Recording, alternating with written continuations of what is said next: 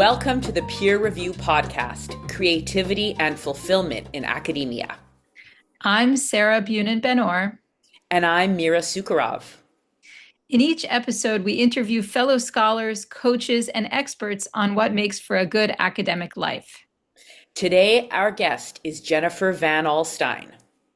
Jennifer Van Alstyne is one of the experts that we're interviewing. She has a company called Academic Designer, which helps academics feel confident when they show up online. She designs academic websites and supports academics with bio writing and social media strategy. She works directly with grad students and faculty, and sometimes also with graduate schools and research centers.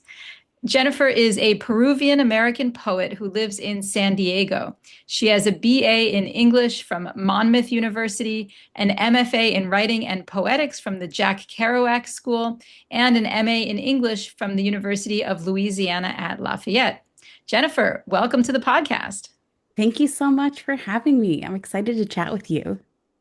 Well, we're excited to learn from you because I know we have a lot to learn. Why don't you start by telling us how you got into the business of helping academics with their online presence?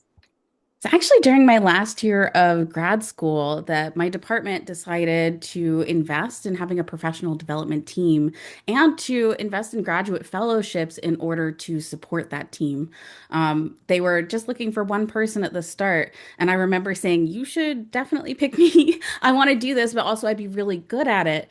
And my online course, even though it had gotten approved, they decided not to allow that section for online that season. So I ended up needing an assistantship, and this ended up being a perfect fit.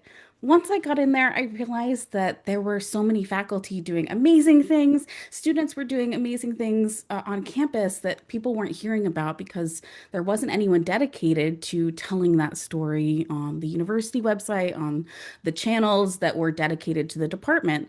And that makes a lot of sense. People's bandwidth, their focuses have to be on other things. But when we have the opportunity to invest in being intentional about that, it made a really big difference for the folks that I was talking with and working with in the department. When I graduated, I started my own business to do academic website design, thinking that it would kind of be a transition role while my husband was finishing his PhD. But I ended up loving it and expanding it, something that I have done full time now for almost 8 years. Yeah. That's great. Is your husband working as an academic now? No, he's working as a video editor and also kind of like a content strategist, more for folks in the arts world and arts and culture. Yeah. Hmm. Okay. So tell us about the advice that you give academics about their social media presence. Ooh, social media. The advice that I often give to academics is that they don't always need to be on social media. I think there's a lot of folks who feel maybe a significant amount of guilt that they haven't been more active at something they think they should be doing, when maybe it's not the only way that they can approach having an online presence or reaching their goals of public scholarship or engaging with their community.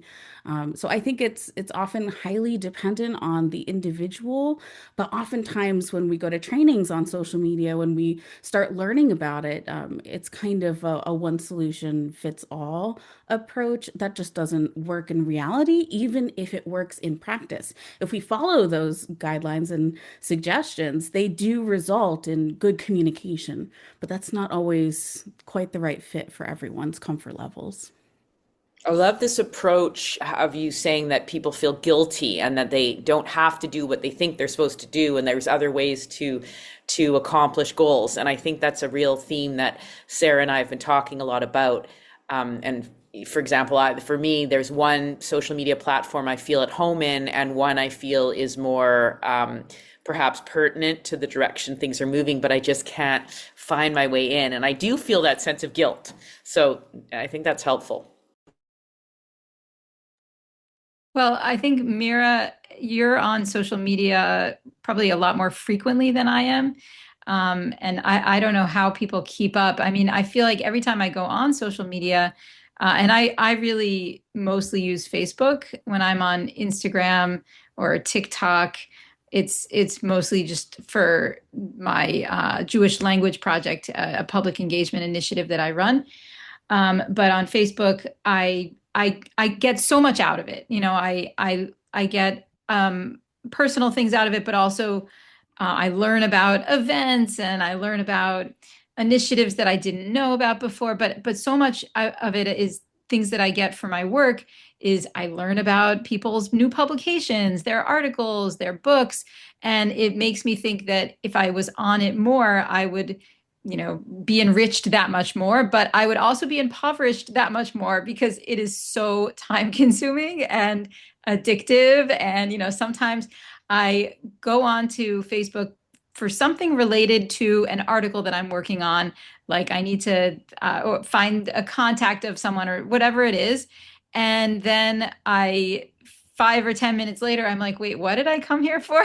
It's very hard to not be distracted by the feed. So I'm wondering, what is your advice for that, Jennifer? I think it's really hard for people to balance the attraction of all of the kind of serotonin things that we get from the social media experience that, frankly, we've curated a lot of. We've curated who we're connected with, making sure that friends and family are maybe front and center because we're engaging them more with them more often. So when we're on platforms, we often see the things that we like, and it makes it hard to then decide, am I going to stop scrolling and choose to post something?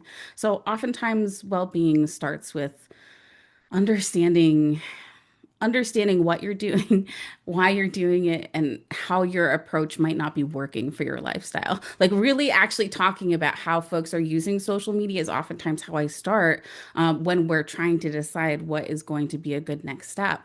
Oftentimes we find that maybe there is a platform that they really like using, and it's maybe Instagram and like scrolling is their happy place.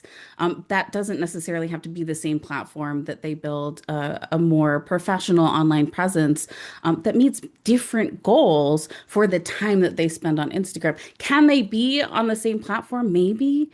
But the truth was, for that person's lifestyle, the likelihood that they were going to come onto Instagram and create as opposed to engage was pretty low.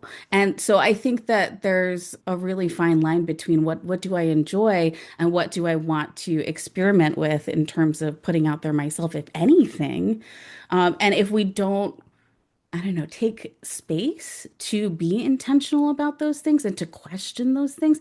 I mean, no one that I talk to is like, oh yeah, I spent an hour yesterday considering what I'm going to do with my social media. Almost everyone's like, oh, well, I mean, if I'm on it, I'm just trying to make the most of the time that I have.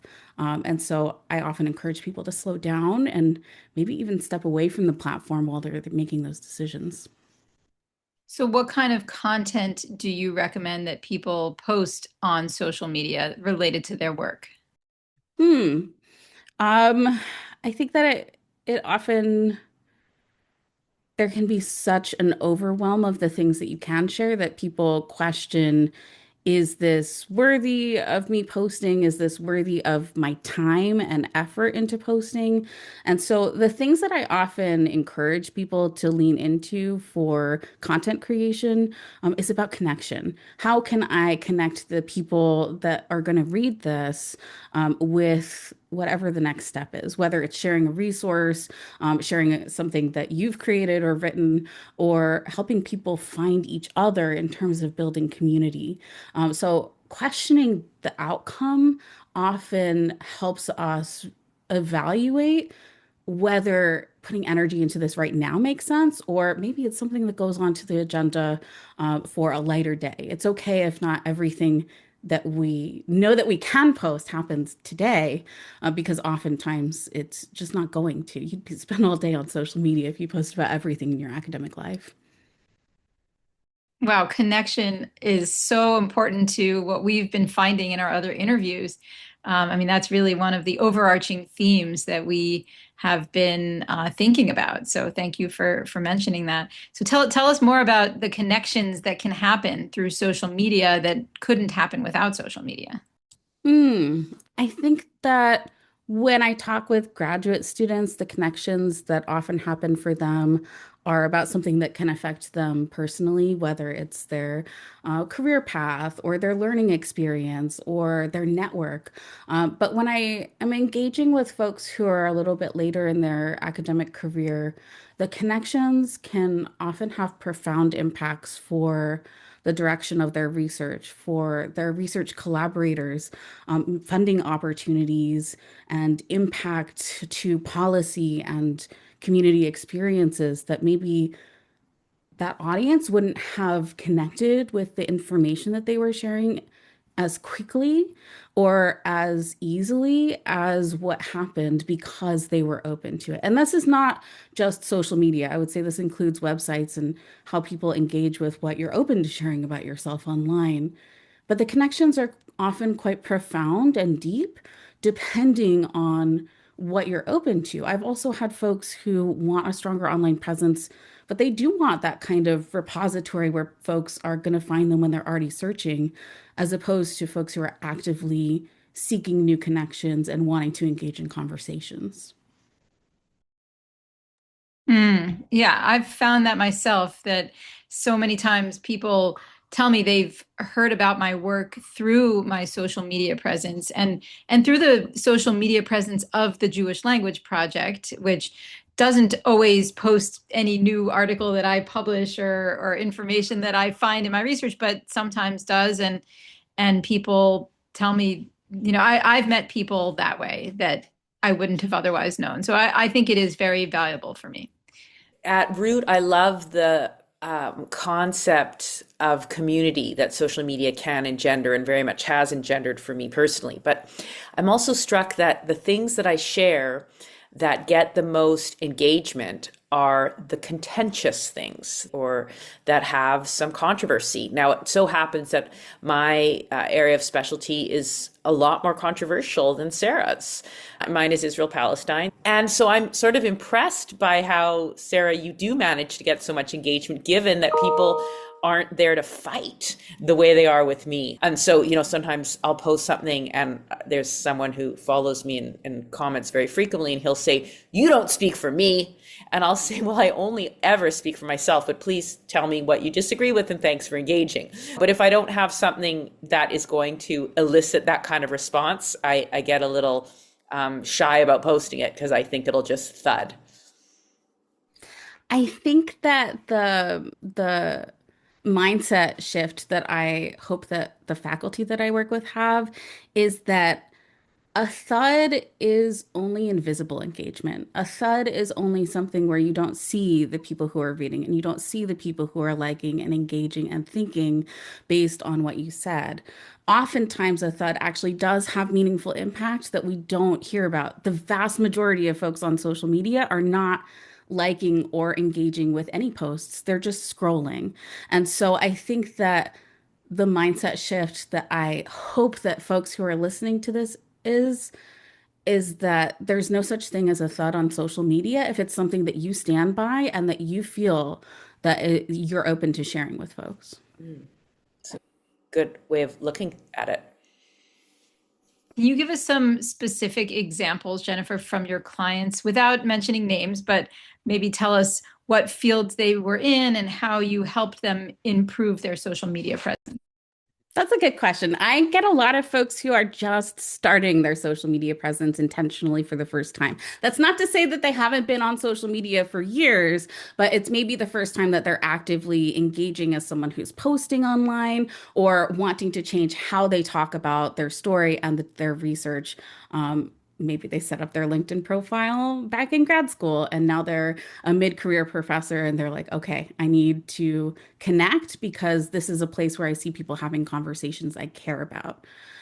For folks who are in that position, I find that I recommend that they focus on profiles and bios and the things that are lasting that are not social media. For instance, your speaker bio is going to go out to a number of places and probably live online for a long period of time. It has potential to reach people for years. How are we helping your bio bring those connections in to whether it's your website or an organization you care about or your social media where you are actively having conversations? I like investing in these longer term pieces of our online presence that don't always come up in conversations when social media is the main focus. Okay, so let's switch to bios then. Tell us what makes for a good bio. I think a good bio tells you what you most want people to know about you in the first sentence. A lot of folks aren't going to continue reading past that. And so the first and the last sentences, like, this is my number one thing I want people to remember about me, and this is how I want people to get in touch with me, are kind of my number one. This is an easy change that you can make today to improve your online presence recommendations. But more than that, I often encourage people to write for a more general audience than their bio is going to reach, and to assume that their audience is open to hearing about more than just their specialized focus. So if your conference is about, one area of your research, but you actually do three areas of research, not limiting yourself to one thing. I think that there's almost a little bit too much tailoring that goes on when it comes to our online presence in different spaces that can actually be quite limiting because connections happen across fields, across countries, across time and space. And I wish people, I guess, were a little bit more open with their whole selves when it comes to bio writing. Okay, so I'm pulling up my bio. I actually have multiple bios, different lengths depending on how long they want it, right? But all of them start with Sarah Bunin Ben-Or is professor of contemporary Jewish studies. Sounds like that is not a good beginning of my bio. It is a good beginning of your bio if your role as a professor is the most important thing for folks to know about you.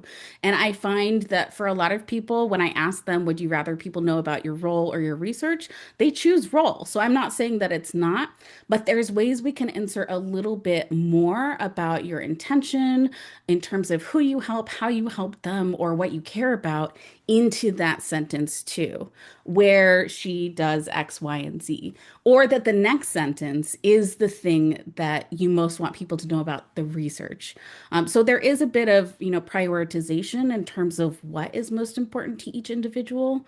But I think as long as it's intentional, and I think that as long as it helps bring people to whatever next step is for you, whatever that goal is for you, then it's good. So it doesn't have to look like everyone else's. This is good advice because the first bio that I had when I first got my tenure track job, and I remember that I don't know if I wrote it or the university department wrote it, but it started with where all my degrees were from. That's the most boring thing ever, right? So, and it's kind of the myth of chronology. Let's follow Mira through her academic path. So I think I've succeeded in excising that. And so I think I've internalized your advice. I Well, love this. what does it start with now, Mira?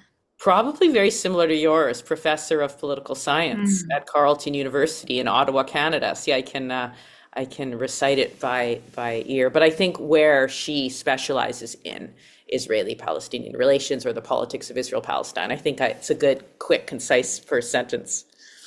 Well, what if you changed it to Mira Sukarov is an expert in the political science of Israel-Palestine or something like that? I don't know. I Would could. that I be? mean, that's a good question for Jennifer is what do you think of this term expert? Sometimes we use it freely and sometimes we find it cringy, I think, depending on what kind of mood we're in, perhaps. I've spent all day grading today, so I'm having one of those fuzzy moods where I don't know if I want to be an expert, because if I'm no longer an expert, I'll no longer have to grade papers. So what do you think of calling ourselves experts? I mean, I think inherently we are all experts in something when it comes to academia. Whether you want to call yourself that or not is less important than the result of that expertise. So, if the thing you most want people to know about your expertise is that you teach that expertise to the next generation of people who will be experts, yeah, then prioritizing teaching or mentoring in a bio is going to make more sense.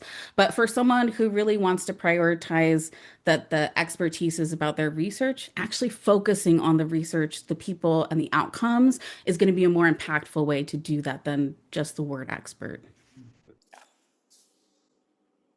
Okay, so can you tell us what an ideal bio would look like?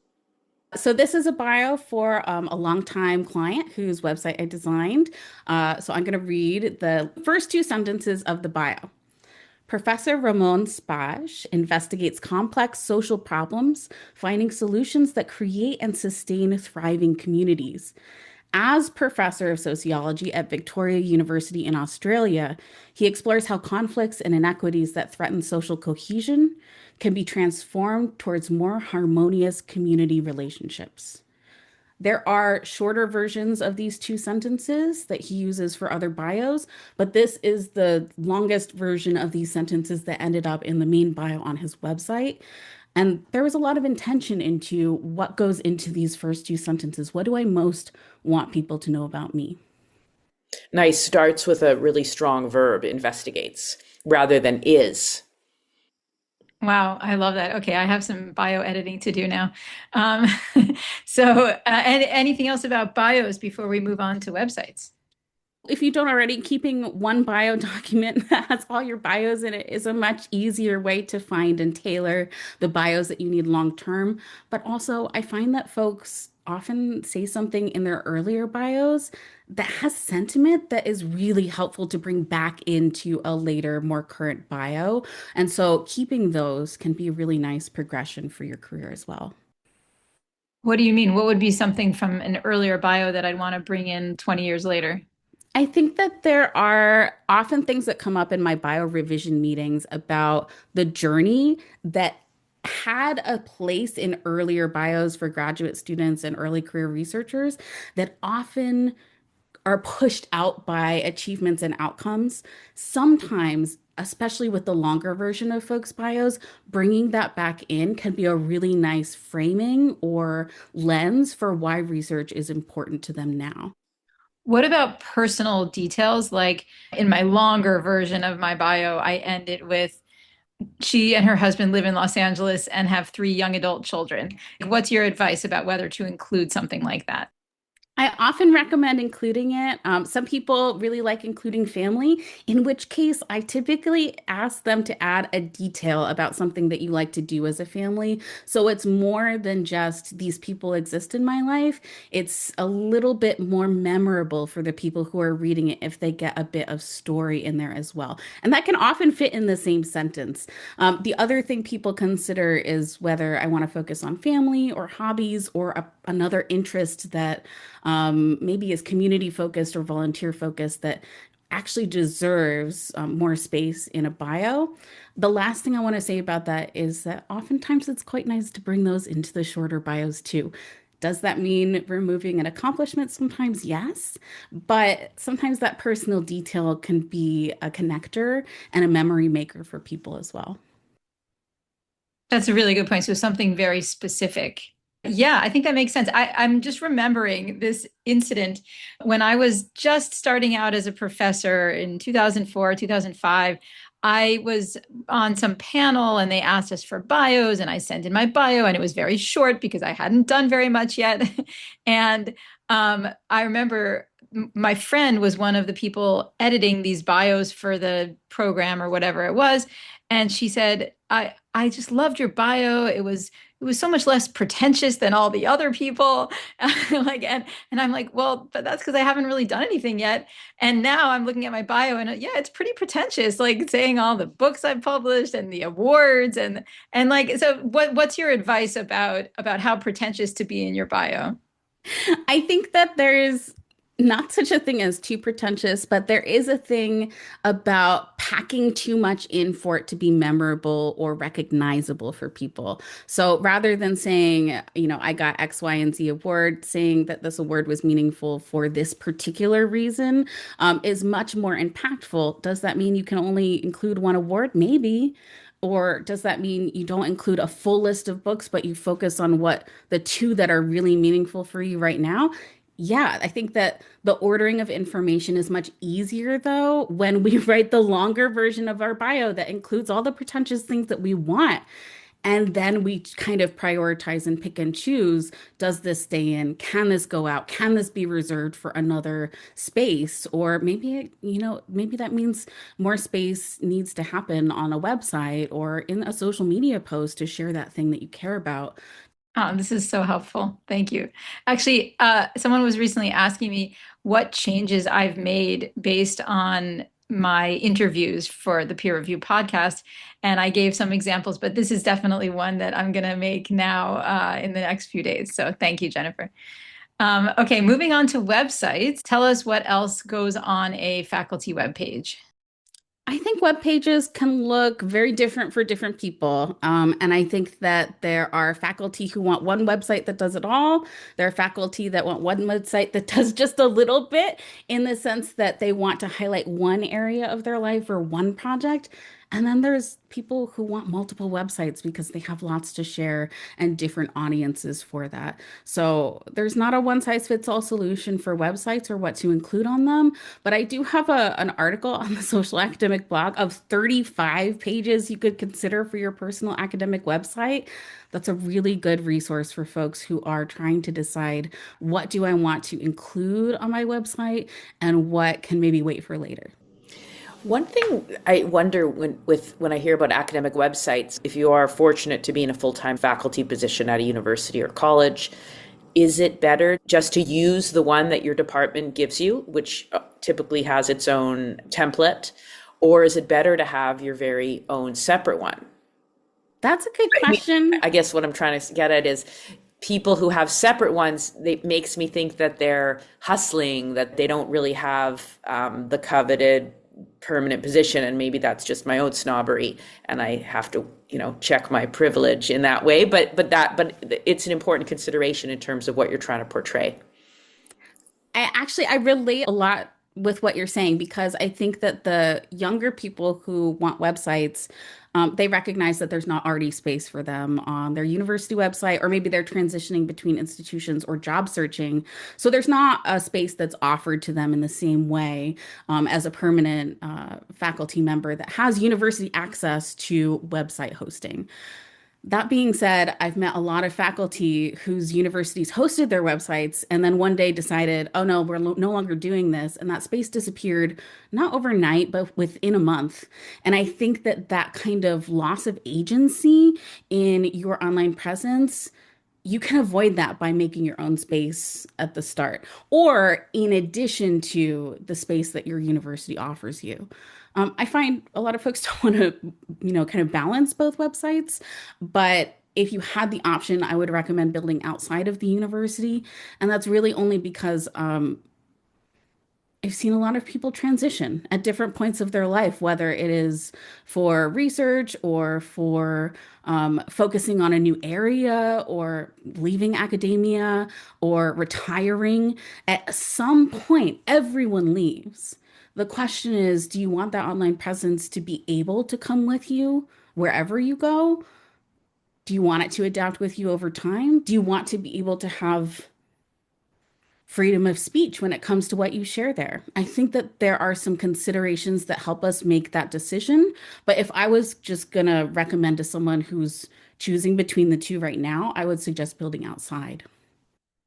Mira, you don't have a mirasukharov.com page, do you? Website? No, I've been very happy with what my university offers, and I put a lot of stuff on there. Same. I don't have sarahbunenbenor.com. I just have my Hebrew Union College faculty page, but I also have, I don't know, 6 or 7 other websites where I post content. So I have jewishlanguages.org and then the Jewish English Lexicon and jewishnames.org, and then some websites for various projects I've done, some books. So I have Becoming from, some of them are free websites. So they're, get Wix and Weebly, whatever service I'm using, it's in there. But anyway, my question is about whether you think it's helpful to have a new separate website for each book or research institute or project that a faculty member does.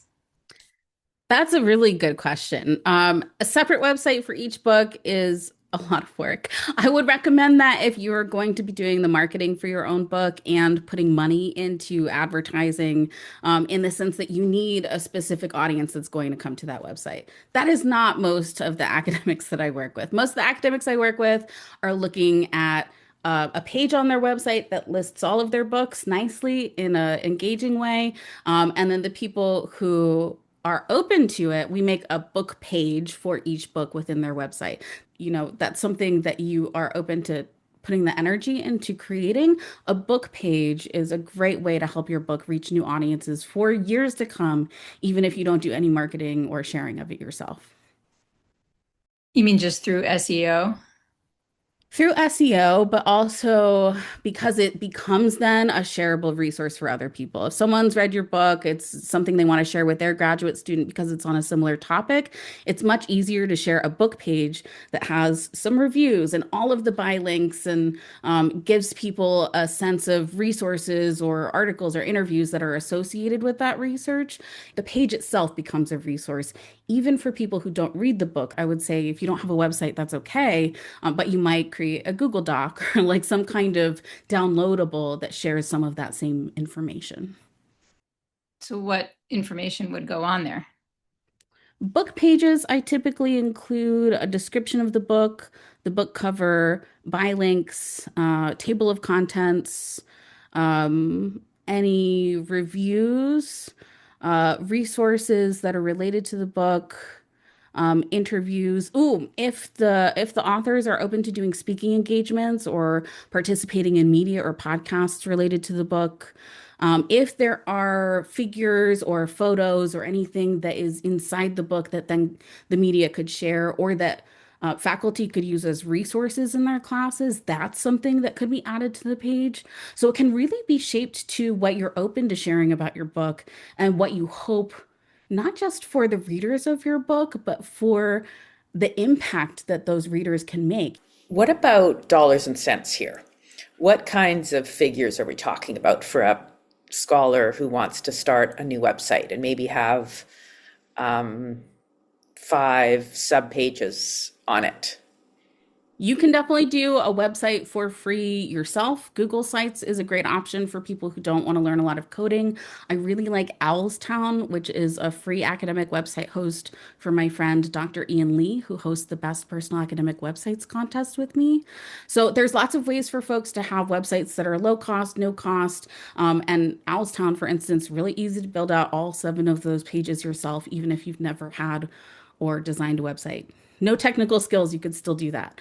If you're looking to have someone design it for you, it can range in the hundreds to tens of thousands of dollars, depending on what you want to go on those 7 pages and how you want people to engage. Some people are investing in creating video with their lab and sharing their research with, custom illustrations or infographics. So that might take a little bit more of an investment. Great. Yeah, I use Wix for the Jewish language website. And so that is, I can do it myself and my team and I do it myself. But then for another site, it is much more programming intensive. And so that is one of those tens of thousands of dollars over many years. And one thing you don't learn when you start a website, well, I didn't, is that it needs maintenance every few months, every year, like because coding norms change and platforms need updating. So it can be expensive if you have something like that. I mean, it's a database, so it's an online crowdsourced dictionary with over 4,000 entries, and so that kind of thing can be very expensive. It needs But I like think regular attention, regular maintenance. Yeah, but I think that if you're doing a less complicated project, a digital humanities, digital scholarship kind of project, you can find platforms to make them available online for pretty low cost. But in addition to paying the designer or web person, you also sometimes need to pay the domain name and a hosting fee. So there are also other costs associated with having a website, right? Definitely associated costs. The other things that people don't always consider in advance are whether you want to invest in professional photography for the website, if there is a logo that you want to go into the website, if you want someone to make a lot of decisions for you, like branding colors or the look and feel of the website. Different website designers have kind of different practices for approaching that. Some people will outsource that and it ends up becoming an agency that's supporting you. And some people like me are doing kind of all of it in collaboration with you. And so thinking about how much time and energy you have to commit on your end to the website in your work with the website designer or developer is often the place where those hidden fees or hidden costs, people don't quite think about that in advance because it's part of the thing that comes up when planning the website itself. So it sounds like you're probably going to recommend getting professional headshots, right? That's a good question. I find selfies are totally fine, but it's during the website design process that folks who were fine with selfies then change their mind and consider, oh, wait, now that this is going to be live and it's going to be kind of an announcement, is this something that I want to invest in? So I'm someone who mostly designed websites with selfies and all of my websites were selfies only until just last year when I did my first professional photo shoot, and it made a big difference for how I felt about my online presence. And so I recommend it to people because I got a lot out of that experience. But I don't think that it's right for everyone, whether it's a budget concern or a comfortability concern, or, you're a good photographer yourself or someone in your family is and you want to do it with them. So you don't have to have professional photos, but you do want to feel comfortable in the presence that people are going to find of you for years to come. If you're happy with your selfie, great, use that. I hadn't thought about doing a logo. I mean, it sounds like you're really talking about the scholar as a brand. I think that's something that comes up with research labs, but also with research projects. So there are some people who really like the visual aspect of talking about their research. That doesn't always have the same effort that's involved in, say, logo design, but still has its own personality, say, when you're talking about that project on the website. So, branding is not a term that most of the academics that I work with use or like or feel comfortable with, but it is something that we end up being intentional about because the decisions that we make for their website might affect, how they share in presentations when they're giving talks at conferences, or how they show up on social media because now they have actually a color that can easily be transitioned into a graphic that is surprisingly easier to make than they thought it was going to be because they'd done that planning in advance. And I think now with the influx of AI design tools, it would be easier to create that kind of logo and even website design. Oh, definitely. I've had folks that have designed AI logos, but sometimes they find they're not as usable as the design is good. So you may still end up needing to work with a professional to make the concept that you've created something that's usable for you in real life. Hmm. Okay, so the last line of questioning is about press releases. When you publish a book or even an article, do you recommend writing a press release? And who do you send it to? How do you get the word out? And what else should we do when we have news to share? That's a really good question. So the way that I teach people to write announcements on their website or announcements on their social media follows a lot of the same principles as a good press release. It includes answers to questions journalists typically need to know. And my father-in-law is like a longtime art critic, so he has a lot of opinions about what journalists need and don't need, and that has influenced a little bit of how I encourage people to do that, but I don't encourage people to like release their own press releases if they're not doing other things too. I think that it's really helpful for a press release to make an impact when it's in collaboration with the university or collaboration with the communications office. They can help facilitate those relationships. A press release on its own may not have the impact if you personally don't have relationships with media and journalists. Can it still make an impact through SEO and through reaching the people you share it with? Yes. But if the goal of the press release is media relations and getting spots on TV or, with interviews with journalists, the process to reaching those people might be a little different. So oftentimes I encourage people to consider whether they want to build relationships themselves or whether they want to have a stronger relationship with their campus media team, to consider the internal support that they can get for sharing their research or their book. Oh, that's great advice. Anything else you'd like to share with us?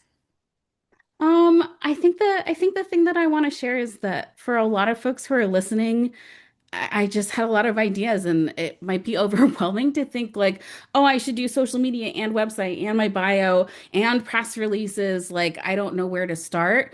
And oftentimes, when we have too many things, knowing where to start becomes a harder decision or something that we put off entirely. So if you were going to choose any of those things to start, I would start with your bio. It really impacts the people that you're sharing it with directly and can impact people long term. Okay, we will do that. And Mira, Yeah, do you I want was to? going to say that's a nice, simple, non-intimidating first step. Good, I'm Yes. glad. And if our listeners want to find you, Jennifer Van Alstyne, they can find you at Higher Ed PR on social media and theacademicdesigner.com and jennifervanalstyne.com. Thank you so much for joining us today, Jennifer. Thank you so much. This has been a great conversation. Thanks, Jennifer. The Peer Review podcast is produced and hosted by Sarah Bunin-Benor and Mira Sukharov. Talia Ehrenberg is assistant producer and editor. The music is written and performed by the Galactic Ambassadors. Support for this podcast comes from a faculty grant from Hebrew Union College. If you would like to sponsor an episode, you can reach us at peerreview@huc.edu. You can join the conversation on Facebook at Peer Review, Cultivating Creativity and Fulfillment in Academia. Thank you for listening.